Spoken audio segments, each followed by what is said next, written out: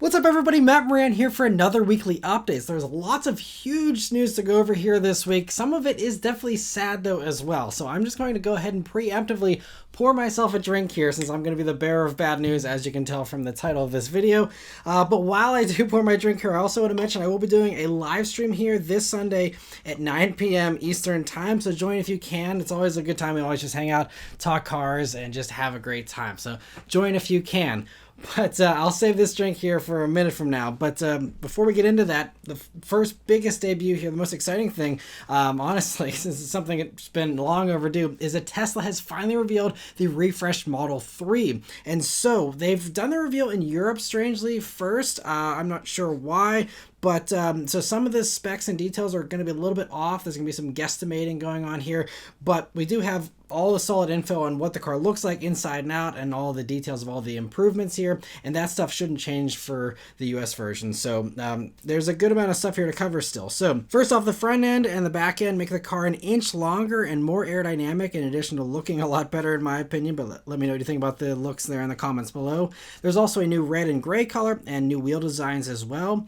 Inside, the bigger change, though, is that you see that, unfortunately, it still doesn't have a gauge cluster. That rumor was false. It does get many other much-needed improvements. The screen is the same size as before, but it has thinner bezels now for a slightly more usable amount of screen space.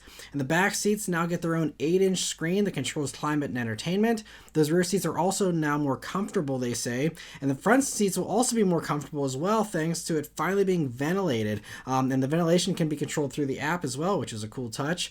There's also configurable ambient lighting, a stereo that goes from 14 speakers to 17 speakers now, and it'll also sound better thanks to a quieter cabin with more sound deadening and improved aerodynamics. The trunk is bigger, they say, and there's also a dual wireless phone charging pad as well. And then lastly, the steering column stalks are gone, moving the gear selector to the screen and the turn signal controls onto the steering wheel, just like we saw in the Model S and the Model X. Thankfully, at least the yoke isn't present here, but still, I'm definitely bummed it doesn't have, all those traditional things like it used to. But mechanically, right now, there's just a standard range version and a long range version, and there's no performance version that's been detailed yet, but that should be coming, I'm assuming. In typical Tesla fashion, only range and 0 to 60 times were given, no battery size or horsepower numbers. But for the standard range rear-wheel drive version, it'll do a 6.1 second 0 to 62 mile per hour time and about an 11% to 12% improvement in range. Europe uses the much easier WLTP test cycle, so I'm not even going to bother quoting those numbers because they're very off typically, but converting that to the EPA numbers here would mean roughly a 300-mile range for the base car, and the long range, and that's going to be rear-wheel drive for that base one, and then the long range all-wheel drive is going up to roughly 370 miles, again, if those same improvements translate over here, and that one will also do a 4.4 second 0 to 62 mile per hour time.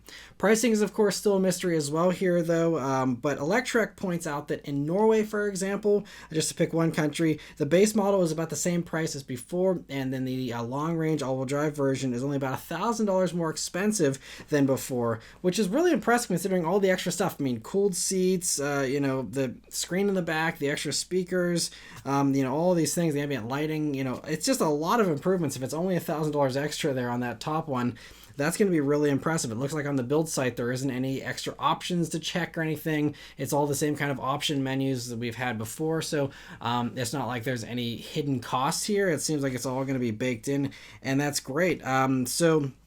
Seems like a really nice improvement. Still would like a gauge cluster and Apple CarPlay personally, but I know those things are probably never going to happen.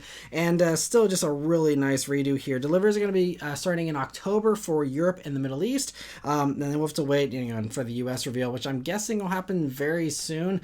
I'm really surprised that it wasn't first debuted here in the US, considering Tesla is a US company. But regardless, I'm sure we won't have much longer to wait for our reveal. And anyway, interesting to hear all those details so far. Again, let me know what you think about that in the comments below. But getting into some of the less pleasant news this week, especially if you're a traditional enthusiast that likes gas-powered stuff with manual transmissions. So Volkswagen really shocked us this week when they announced that the 2024 GTI and Golf R will be the last model year to have a manual transmission option. There's going to be a refresh here, a Mark 8.5, and I guess when that happens for the 2025 model year, the manual will not be offered any longer. And so I mean, to me, this is a huge loss for the manual transmission community in general. I mean, it was always one of the go-to, like, fun manual affordable vehicles, and now that is not the case. And it also, with the Golf R going away, means that if you want an all-wheel drive hot hatch with a manual, your only option is now going to be the GR Corolla after the 2024 model year. So I mean, it's just crazy that these things are just vanishing. We're pretty soon not going to have an all-wheel drive manual transmission vehicle available, I think, aside from the GR Corolla. But anyway, I think we're down to 25 vehicles total now that'll be available to buy after this year with a manual transmission here. But anyway, Volkswagen didn't explain why they're killing off the manual. I think myself and many others were assuming that it would keep the manual at least up until the gas version went away and it went to an electric, GTI sometime towards the end of the decade here. And, they had the manual only for the Golf R here in the U.S. And so it was like, oh, they're tossing a bone to the U.S., customers and the North American customers who want the manual.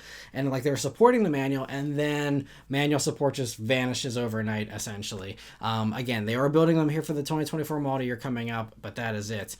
And so, some people have argued it's either the take rate or it's the amount of fleet emissions. Supposedly the dual clutch is slightly more efficient, but with how small the numbers are for the sales, I doubt that that's going to make much of a dent for Volkswagen. So I don't know, that seems like a weak support. I mean, the take rate is fairly low. Here in the US, they've sold just 8,423 GTIs and Golf Rs with manuals last year. So I mean, that's not a huge amount, but I don't know. I still feel like they already have the existing components. You can carry it over. It should be paid off, and it's not that big of an issue. But I guess they want to streamline production, I'm guessing, is the only logical conclusion here, and that's why they're getting rid of it. But it's really sad. But anyway, to send it off, all 2024 GTIs that are optioned with the manual transmission will automatically get what's called the GTI 380 package. 380 is one of the code names for this generation GTI, and it's only for North America, by the way, this package. So you can get it on any of the trims for the GTI. They're still going to have all the usual trims. They're all going to get adaptive dampers here for the manual ones here. All get adaptive dampers, 19-inch wheels from the Golf R, along with a black roof, black mirror caps, and a golf ball style shift knob. And you can get it in any of the colors as well that are currently offered, but there's also going to be a new graphite gray metallic color that's exclusive for this edition that's available as well. And so it goes on sale this fall starting at $33,635, including destination for the base trim. Volkswagen hasn't announced any kind of special edition for the Golf R yet. That could still be coming. We will see. And they didn't say how long they're building the 2024 model year for either. Some other companies are doing shorter runs, like the Camaro gets a 2024 model year, but it's only going until January. So I'm just going to say that if you are on the fence or you're wanting one of these, don't waste time. Go place an order, get one in now, because who knows when they're going to quit building these. They might be like, oh, we did a 2024 model year, and they build a couple hundred of them and call it a day. So there's no guarantees here. They didn't announce any kind of cap production for this or anything, but they also didn't say that it's going to be available for a long time. So we will see about that. And the only little thing that's slight silver lining in the cloud here is that Volkswagen confirmed to Car and Driver that the Jetta GLI will retain its manual. So that is built in Mexico. The GTI is built in Germany. So maybe that it is a production kind of thing with streamlining of the production, and that doesn't need to happen for the Jetta GLI yet, thankfully, I guess.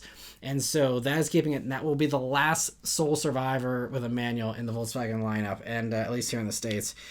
So, yes, gotta say cheers to the GTI. Nearly a 50-year run for the GTI with a manual, obviously, since the beginning. It's been 48 years to be exact, and they couldn't even make it to 50.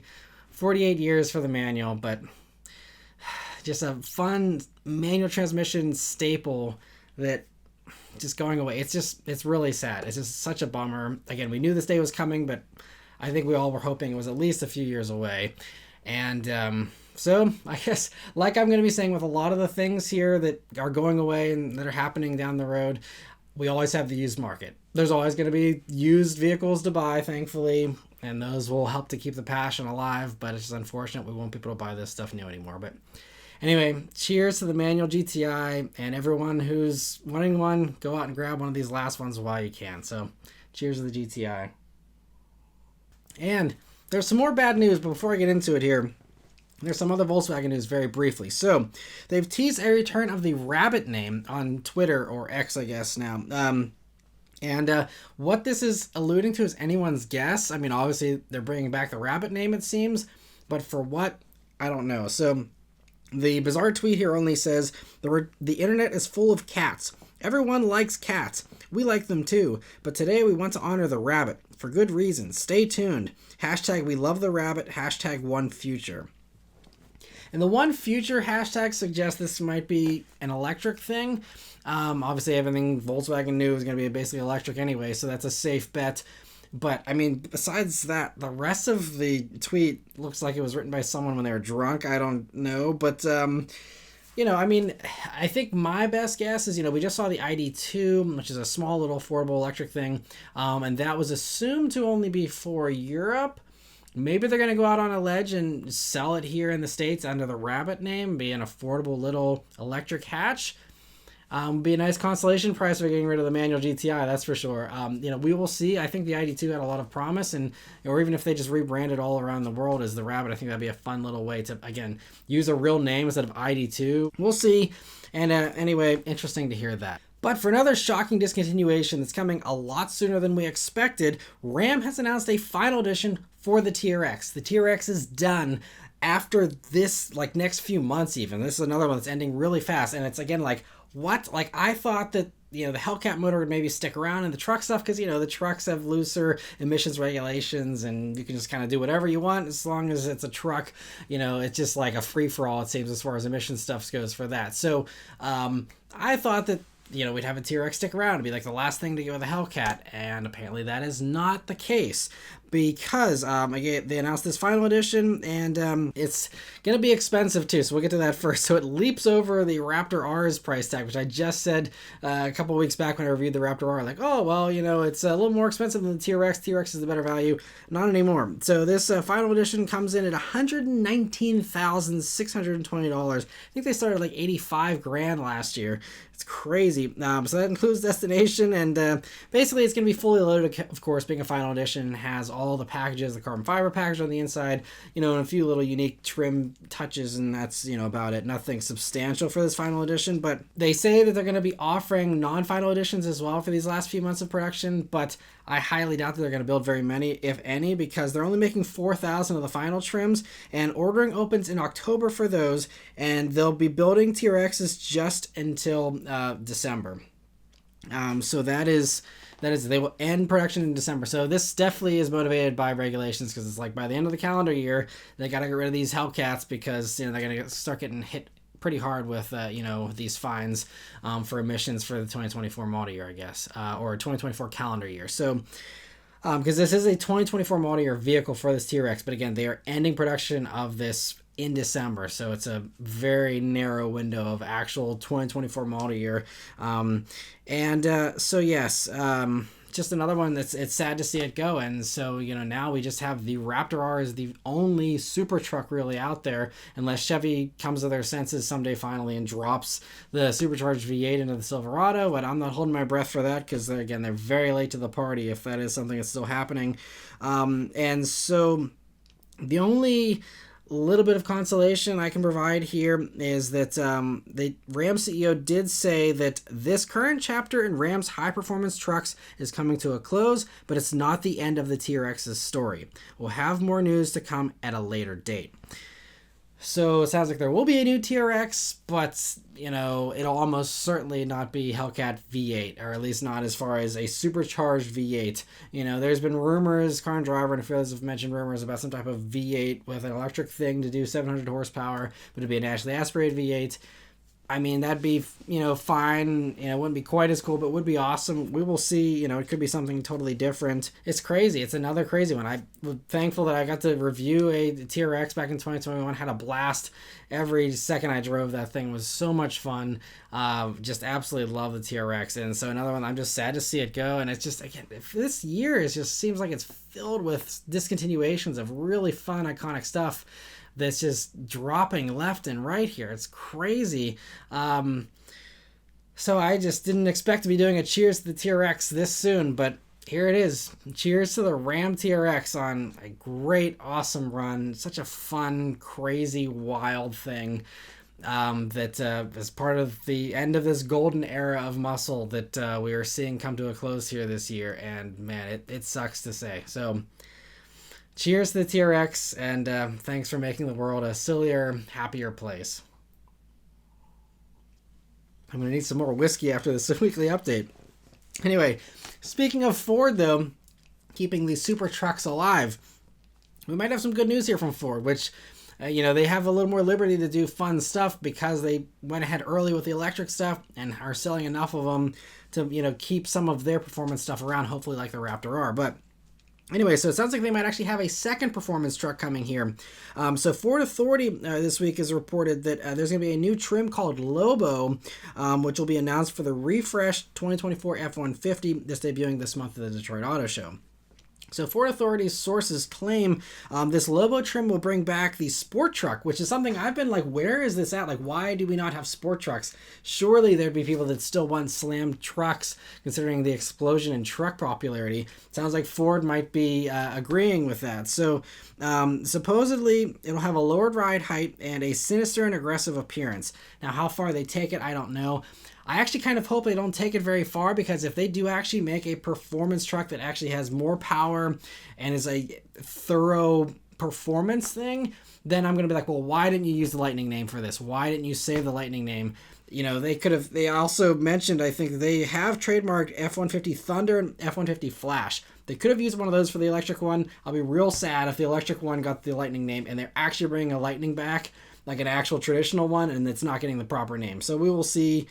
It seems like this may just be kind of a trim and appearance thing, aside from the lowering springs, but we'll see. But it still will be cool nonetheless, even if that's all it is. Aside from that, they just said that on top of this, Ford Authority is claiming that they've also trademarked Maverick Lobo. So this could be a whole thing of these slammed, appearance packages here for these trucks. And I think a slammed Maverick would look great too from the factory. And I mean, they haven't announced any kind of trademark for a Ranger Lobo, but I'm assuming that would also come as well, assuming that the others do well. And so yeah, I'm here for it. I think that'd be great. I'm excited to see that materialize and see what that ends up, turning out to be. But interesting to hear that from Ford Authority. And for the last little bit of Ford news here this week, we have a few more discontinuations. These ones aren't quite as sad, but at least we'll see. This isn't confirmed yet for this one. This is Automotive News is reporting. And so according to them, the Edge and the Escape are both retiring here pretty soon. So the Edge we already knew about. It's a very old. I think it goes back to 2015.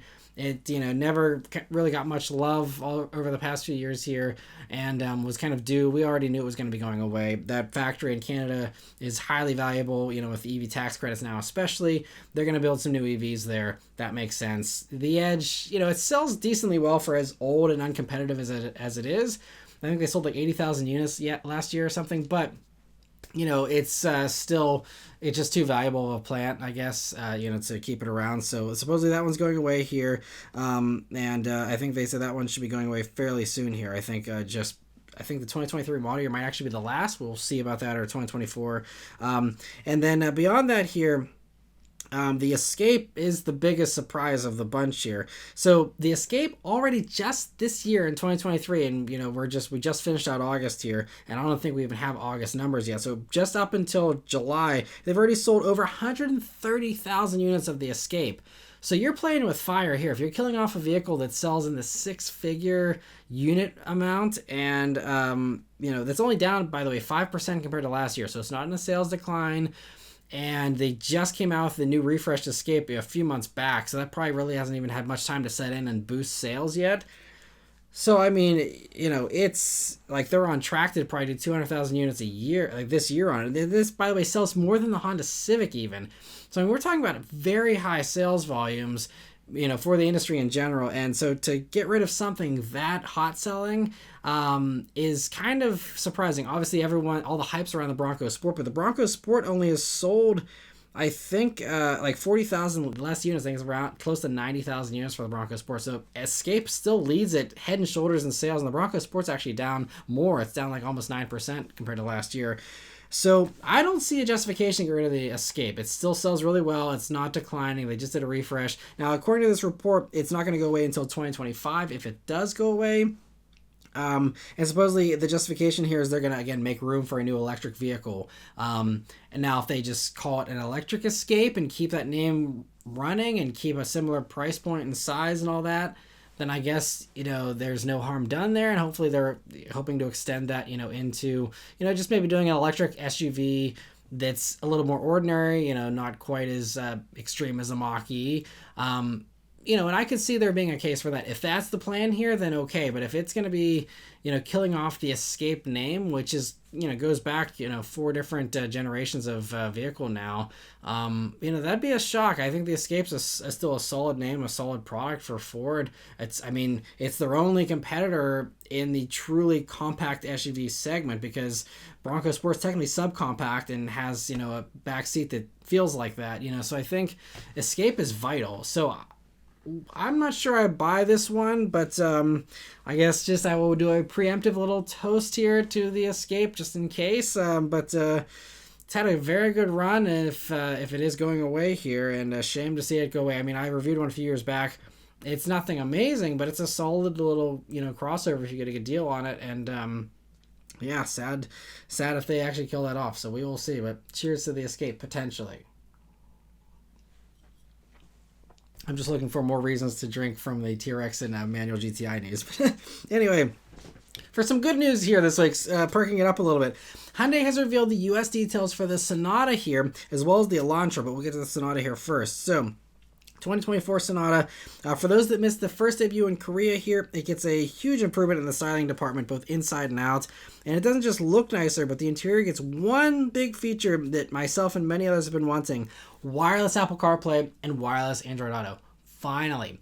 Now, the previous smaller screens had that wireless capability, but the big screen, the upgraded screen, downgraded you to wired-in CarPlay. And it was always the most bizarre setup, and thankfully they're fixing that and making that right. And so now the big screens are going to get the wireless CarPlay as well, and wireless Android Auto, which is great. And then at that point makes it still like one of my top recommendations, because that's one of the things that really held them back from being the best out there in a lot of ways. So beyond those already huge improvements, though, they've also added all-wheel drive to the Sonata for the first time as an option. It can only be paired with a naturally aspirated 2.5-liter base engine, unfortunately, which does carry over unchanged. But so it'll give you that all-weather capability for people who want that, which is awesome that they're offering that.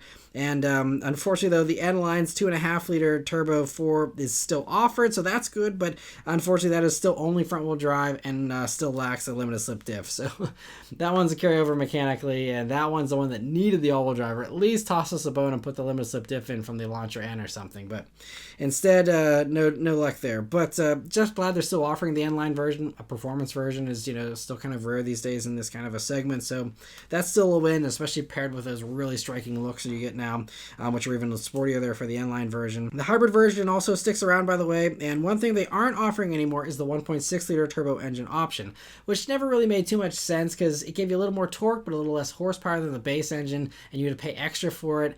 And I can see why that would have been an uphill battle, to sell. And so I totally understand that one going away there. And so anyway, the 2024 Sonatas will begin arriving at dealers this winter, but there's no pricing for those yet. And continuing with that good news from Hyundai here with the news of the Elantra as well. We get the North American details for that too here for 2024. So it gets its own nice refresh here again. And we already saw a few months ago, the changes they made to the exterior and interior. But it looks great and definitely improves the look of the N version, especially in my opinion, which was, not perfect in the front there. So I think that certainly is a little bit of an improvement, although I still wish they put more body colored parts there on the front. But anyway, the interior also isn't, too changed really. It does get rear side airbags though now, which is nice. And you get haptic steering wheel feedback for safety alerts. And everything else aside from the base trim now also gets the 10.25-inch screen, but unfortunately it doesn't get the same new wireless Apple CarPlay and Android Auto for that big screen. So it's still the same old software on that big screen, but at least the big screen is now standard on everything except the base model, so that's a nice improvement there. The N line now also gets the Bose stereo in an attempt to better compete with the Civic Si, I'm guessing, and I'm also glad the N line is sticking around, although it seems like it will still remain automatic only. There wasn't any kind of mention of a manual, and the manual went away for the 2023 model year already.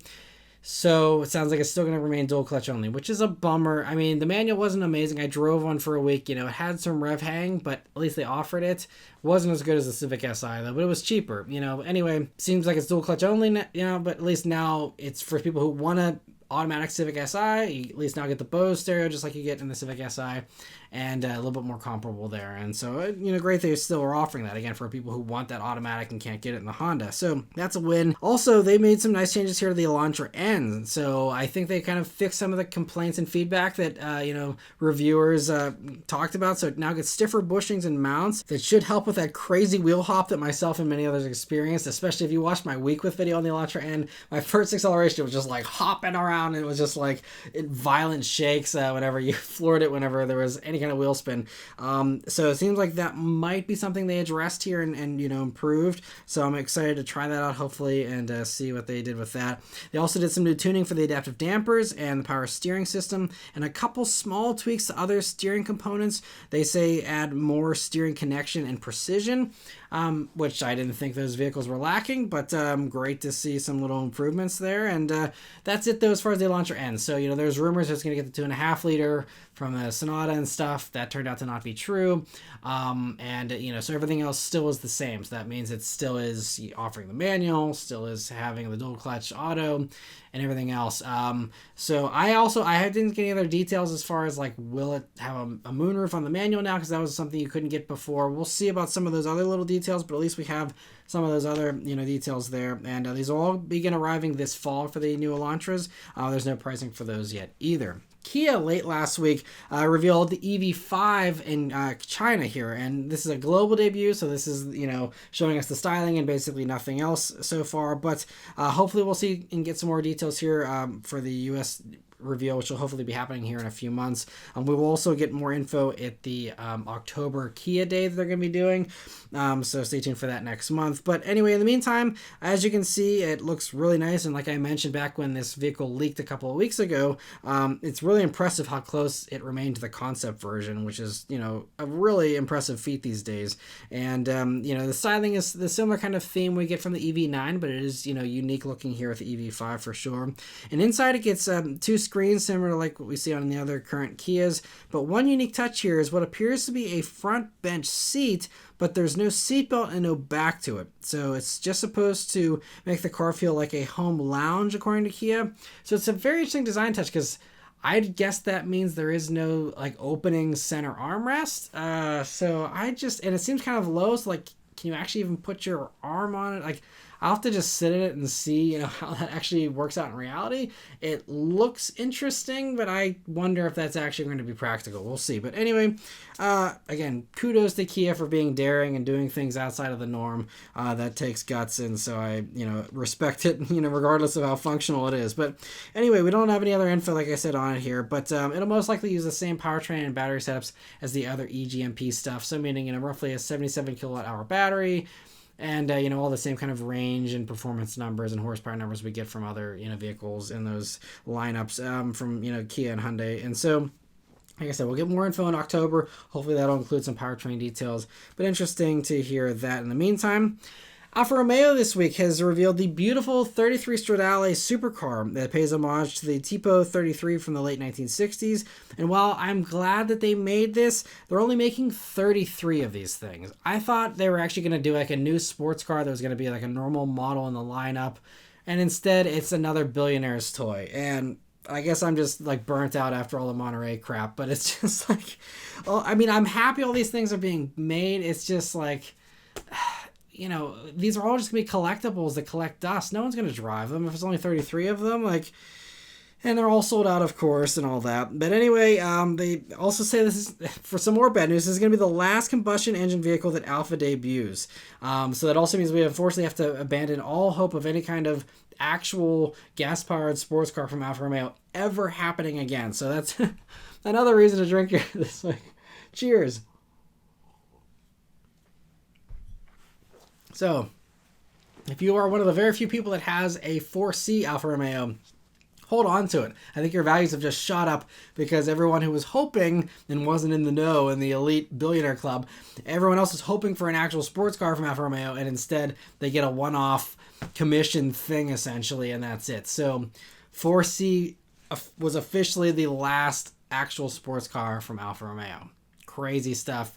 Watch those values shoot up here accordingly. So if you're curious, what those 33 lucky rich people get for their money, which by the way, we don't know how much this costs, doesn't matter anyway, of course, but they'll have a choice of either a gas or electric version, which is kind of interesting. And Alfa's literally saying this is the last gas thing we're making. Why would anyone order the electric version? But Alfa claims that there are people that have ordered the electric one. Gonna have to question the judgment there, but anyway, it's interesting. They are doing, even though they're only doing 33 vehicles, they're doing 2 different powertrains, which seems kind of crazy, and almost is certain to drive up that price as well. But anyway, as far as the gas one, it has 620 horsepower from a hotter version of the Quadrifoglio's twin turbo V6. It doesn't use the Maserati MC20 motor like some people thought it might. And it's combined with an 8-speed dual clutch this time, not the ZF 8-speed you get in the Alfa Romeo, Giulia's, but it also gets rear-wheel drive for this gas version. It'll do a 0 to 62 mile per hour time of less than 3 seconds and a 206 mile per hour top speed. The electric one will do more than 750 horsepower and does do a 2.5 second 0 to 62 mile per hour time. So for the 1 or 2 people that I guess care about being faster in their car that they're never going to actually drive, I guess that's the justification of the electric one. I don't know, but the battery will do 280 miles of range on the easier WLTP test cycle, which doesn't matter either because I'm sure half of these things will never even do 280 miles. And also, it wasn't specified, but it's likely all-wheel drive considering it's going to need multiple motors to do that kind of horsepower.